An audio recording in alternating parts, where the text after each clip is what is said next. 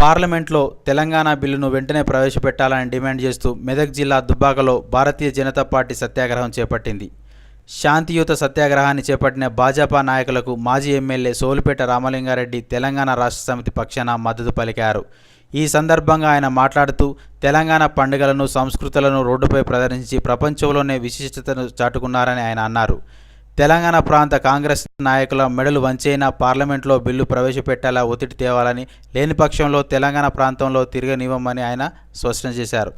ప్రజలమొచ్చి బజార్లలో రోడ్ల మీదకి వచ్చి తెలంగాణ సంస్కృతులను, కళలను, తెలంగాణ పండుగలను, తెలంగాణ విశిష్టతను చాటుకున్నారు. ప్రపంచానికే తెలియజెప్పారు. ఇప్పటి వరకు ఎక్కడ మరి ఒక చిన్న రక్తం చుక్క కారకుండా మేము దెబ్బలు తిన్నాం తప్ప ఎదుటిని దెబ్బ కొట్టకుండా తెలంగాణ కోసం కొట్లాడుతున్నాం. మీ వంచనలు, దగాలు ఎన్నోసార్లు సాగాయి. ఇక్కడ తెలంగాణ ప్రాంతంలో కాంగ్రెస్ నాయకులు మీ హైకమాండ్ మెడల్ వంచి తెలంగాణ పార్లమెంట్లో బిల్లు పెట్టియకుంటే గ్రామీణ ప్రాంతంలో మీ మెడల్ వంచి మీకు సరైన గుణపాఠం ఇక్కడ తెలంగాణ వాదులుగా చెప్తామని చెప్పి ఈ సందర్భంగా హెచ్చరిక చేస్తున్నాం.